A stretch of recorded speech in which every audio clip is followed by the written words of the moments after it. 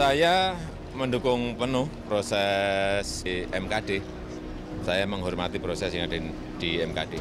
Dan jangan sampai ada yang intervensi.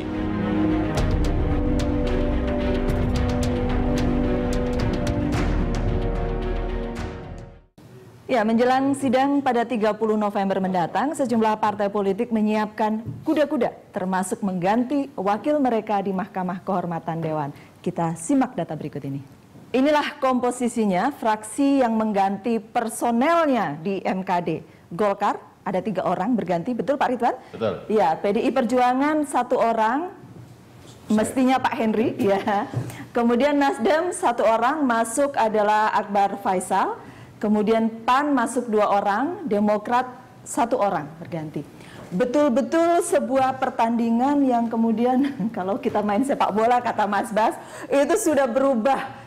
Kalau tadi Mas Arief bilang 89, di sini bisa bilang 872, itu versi lembutnya ya, Mas Arief, sorry ya. Demokrat kita keluarkan. Ya, kalau menurut saya memang apapun hasilnya, publik ya, ini bacaan dari media ya, publik itu expect ada kocok ulang di pimpinan DPR. Tadi sudah disinggung sama sebagian publik semua ya.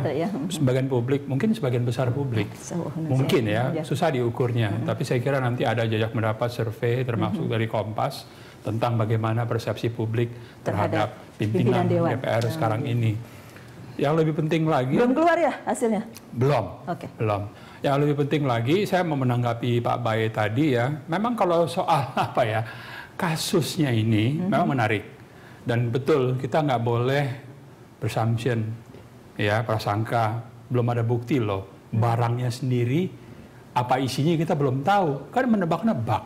Bahkan ada yang bilang semestinya 2 jam ya, tapi dipotong. Lebih dari itu ada nama-nama yang juga disebut di dalam rekaman yang diduga membahas soal kontrak Freeport. Ini hal penting. Jadi Mas Bas setuju juga kalau hal penting ini berarti memang semua partai-partai di DPR harus bersiap. Harus buka semuanya. Termasuk orang-orang yang disebut namanya di situ. Mbak Nunung ada Menko Polhukam di situ, ada Deputi Kepala Staf Presiden di situ, ada pengusaha di situ, menimbulkan spekulasi sampai sekarang. Dan anggota MKD juga benar-benar harus. Saya kira iya, total rekaman itu panjangnya adalah 1 jam 20 menit 17 detik. Dan itu dipotong sampai hanya 11 menit saja untuk itu yang diserahkan kepada MKD dan sebagai data awal. Kalau MKD nanti minta dalam prosesnya, saya kira itu akan saya kira barangnya ada, dipegang oleh orang-orang yang merekam. Minta saja gitu. Tinggal diminta saja karena itu lembaga. Nah, persoalannya muncul adalah ketika itu diputar 1 jam 20 menit 17 detik, kemana-mana larinya. Ada persoalan pembiayaan partai politik, ada persoalan pembiayaan. Saya mendapatkan informasi. Jadi nanti ini media akan ramai sekali karena panjang banyak sekali ceritanya. Iya, tapi sudah pasti itulah karena penting fraksi-fraksi di DPR juga pasang kuda-kuda. Dan bagaimana kemudian tanggapan Ketua MKD saya sebut ya, kita punya statementnya.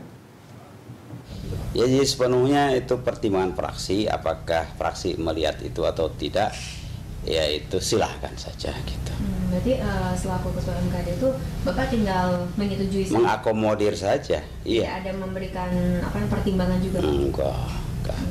Jadi ya ada surat resmi dari fraksi, oh si Fulan ini diganti untuk berapa hari begitu, ya silahkan. Sini dia ngomong. Ya, nggak ada bunyi-bunyian Pak Henry ditolak oleh Pak Surahman. Iya, di sini dalam dialog itu. Tapi sebentar lain ketemu wartawan nanya juga nggak cerita ngomong dengan. Yang penting mungkin nanti tanggal 30 ya. Sekarang begini ya, menjawab itu tadi bahwa ada target-target.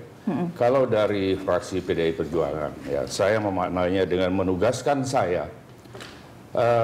Mestinya publik menilai bahwa PDI Perjuangan menugaskan orang yang profesional di bidang itu, karena ini masa persidangan ya, bukan menugaskan seorang politisi yang piawai untuk begini begitu. Artinya apa? PDI Perjuangan ingin mencari dan menemukan material warhid di sini, kebenaran yang sejati. Karena PDI Perjuangan tetap menganut bahwa separuh kebenaran itu lebih buruk dari seluruh kebohongan.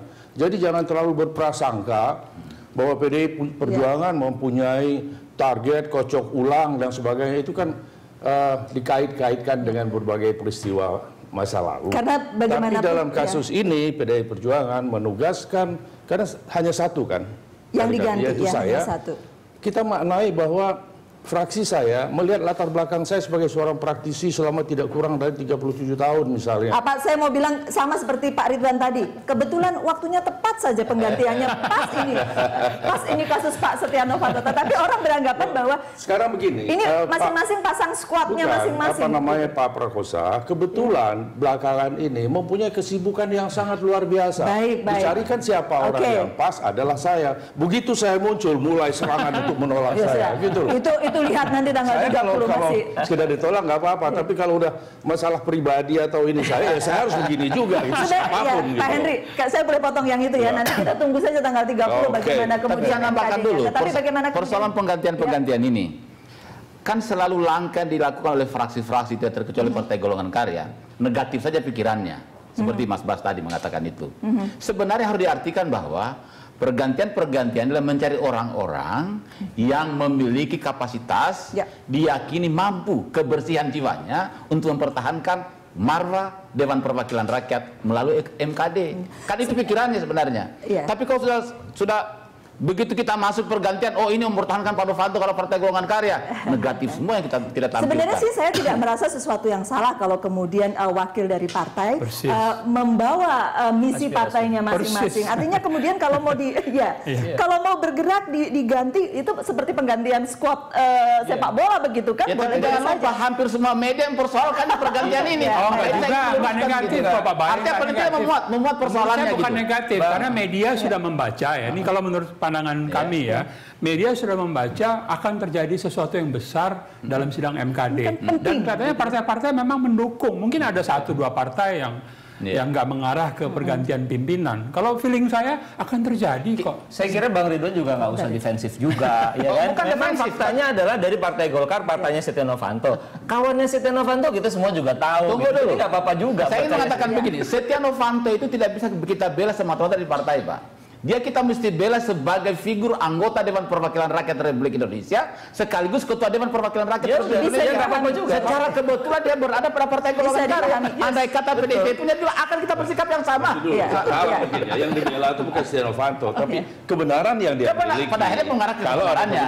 Tapi kalau saya, siapapun dia, yang saya cari di situ adalah meluruskan ya, jadi mendudukkan orang itu pada kursi sebagaimana mestinya. Kalau memang dia salah, kalau ada 1000 orang yang akan mencoba menutupi, saya akan terjang kesalahan itu, saya akan tunjukkan. Ini misi saya. Tapi sebaliknya, kalau memang dia nggak salah, saya tidak akan pernah menghitamkan sesuatu yang putih. Itu mungkin salah satu. Kalau ini saya ingin mengatakan saya selamat dan saya akan bertanggung jawab sama selamat. Saya suka karena jiwa yang semacam ini saya butuhkan. Saya juga memiliki sikap yang sama tentang ini. Tapi hati-hati, jangan saya nanti karena mereka tahu bahwa saya seperti itu, saya mulai diganjal dari sekarang. Itu loh. Ya, kita tidak bicara soal itu. Tapi masyarakat berharap bahwa sidang nanti MKD itu betul-betul akan transparan, orang-orang bisa melihat sesuatu yang jadi sebenarnya duduk persoalannya begini kah gitu. Nah kalau MKD ini kan masih banyak masalah yang harus kita soroti sebenarnya. Kita melihat contoh saja, masuknya kasus Pak Novanto ini disidangkan cuma 1 jam. Itu masalah yang kita perlu pertanyakan, Pak. Harusnya verifikasi masalah begitu panjang. Yang kedua yang melapor legal standingnya sudah selesai Pak, tapi itu terperhatikan karena dalam aturan yang ada MKD MD3 itu tidak ada unsur pemerintah yang melaporkan kita sebagai kota. Tapi bukannya dalam rapat kemarin sudah selesai? Walaupun sudah selesai itu harus diperbincangkan ulang karena jangan sampai kita melanjutkan sesuatu yang salah. Pada akhirnya dibaca itu disebutkan itu siapa saja, ada itu loh ya masyarakat. Kemudian dalam laporannya menteri itu menyebutkan baik dalam kapasitas sebagai menteri maupun sebagai warga negara Indonesia. Jadi itu nggak perlu lagi lah kita harus baca. Tidak ada unsur pemerintah karena di situ dia mengatakan dia adalah sebagai menteri, Pak. Dia mengajukan itu. Apapun Bapak nanti bisa bicara di tunggu saya ingin menginformasikan tambahan tentang itu, tentang persoalan kasus Pak Novanto, persoalan legal standing tadi. Sudirman Said sebagai menteri. Oke, Bapak maaf saya potong ya. Yang dibaca oleh media yang kemudian ada di rapat adalah sudah dihadirkan oleh ahli bahasa dan tunggu itu aja susah tambah proses lagi. Tapi begini Pak Ridwan, menghadirkan ahli bahasa dalam forum itu sangat Sangat-sangat tidak tepat. Karena apa? Harusnya dihadirkan ahli hukum atau ahli yang telah membuat undang-undang itu. Ahli bahasa apa hubungannya? Makanya itu juga perlu dipertanyakan. Sehingga saya ingin simpul bahwa, saya ingin tambah dulu Mbak, saya ingin simpul bahwa ini berat politisasi dibanding fakta-fakta real. Kita setuju dari awal bahwa ini berat politisasi. Jadi nanti kalaupun Pak Ridwan keberatan, kita tunggu tanggal 30 ya. Betapa ramainya kita semua punya sidang MKD. Saya kira kan Pak Ridwan sudah menunjukkan dalam forum ini posisinya kan. Nah, kita pembaca pemirsa akan melihat. Enggak apa-apa juga Pak, saya bilang begitu. Bapak membelain Pak Setia boleh, belain Partai bukan membela Pak Setia di sini. Saya membela pada porsi kebenaran. Iya, saya tahu itu. Jadi enggak Pak, jadi enggak kesan dibela. Yang namanya DPR itu kan institusi politik, kan berpolitik gitu, nggak masalah. Jadi MKD akan bersidang 30 November nanti. Pak Ridwan, kita tunggu juga bagaimana kiprah Pak Ridwan di MKD. Pak Ridwan, terima kasih sudah hadir di The Headlines. Katanya Pak Ridwan masih ada banyak acara. Terima kasih sekali lagi. Kita akan lanjutkan sesaat lagi ya Pak Henry. Jangan kemana-mana. Bapak masih tetap bersama dengan Mas Arief dan Mas Bas. Kami akan kembali untuk ada sesaat lagi.